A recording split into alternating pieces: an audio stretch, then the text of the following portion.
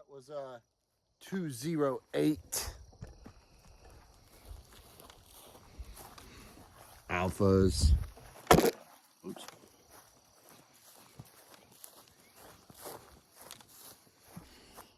Alphas. It was on the line, but right. And you see I got the steel.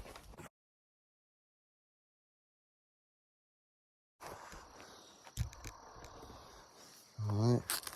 So like I said, you'll most often hear this called a throttle drill.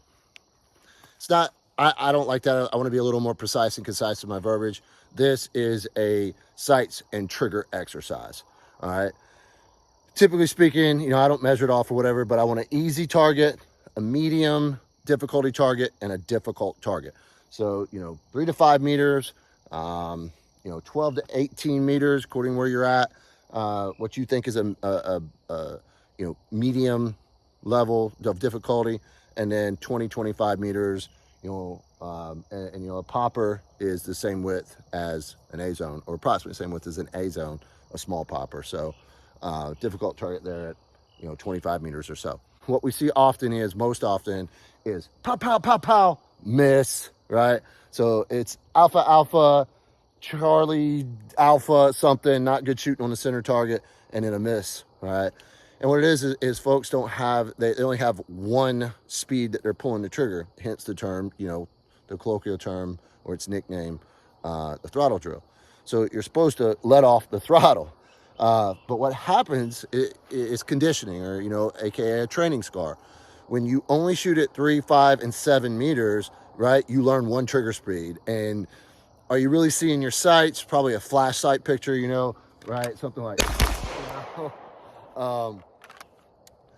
so we get so used to shooting at that distance that's the only way we know how to shoot. And then, right, we get crappy shooting on the center target and a miss on the far. All right, so for me, it's pop, pop, pop, pop, ding. And on that target in the center there with a 2011 style pistol, I'm rolling through the trigger, so it's smash, smash, roll through. And as I transition to the far target, I'm prepped that trigger, so when I get sights on the target, I can go ahead and squeeze through the trigger, press through the trigger, right? So it's smash, smash, roll through. I've prepped, confirmed my sights, press that trigger. This is one of my favorite exercises for most shooters that come to our classes. I'm like, hey man, go home and work on something like this. That way you can learn to shoot targets on demand. This is that transitional thing where, I'm trying to get folks to, go from, the roll through and the smashy type trigger to prepping that trigger, right? Break the round, reset, re-prep, confirm your sights, break the round. So that way on demand, we can go from easy target to more difficult targets, right? We see them and we can automatically go and engage them and get that hit, right? As I was drawing and turning, I already had that trigger prep before I got my sights up on the target, right? Again, confirm my sights, I'm good to go. I can squeeze that trigger. And this type of exercise is what certainly helps folks break that habit of only having one finger speed of slap, that super fast splits. And that kind of goes back to, splits are for show.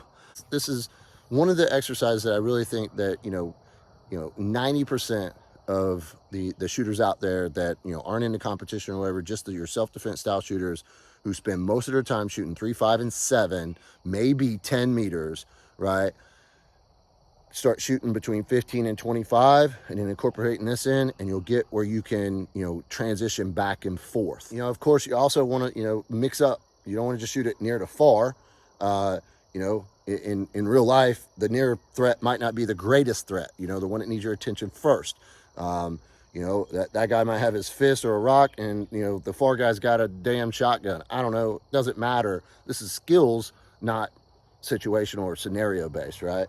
So, like I said, mix it up. All right.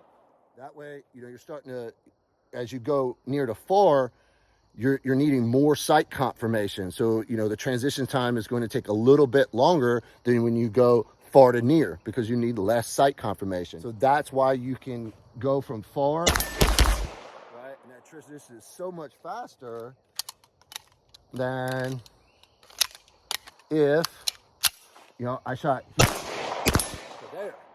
It's a lot more sight confirmation on that further target. All right. So, like I said, man, if you're one of most shooters, start working this exercise, man, and you'll become some of the best shooters. Right on. Hope this helps.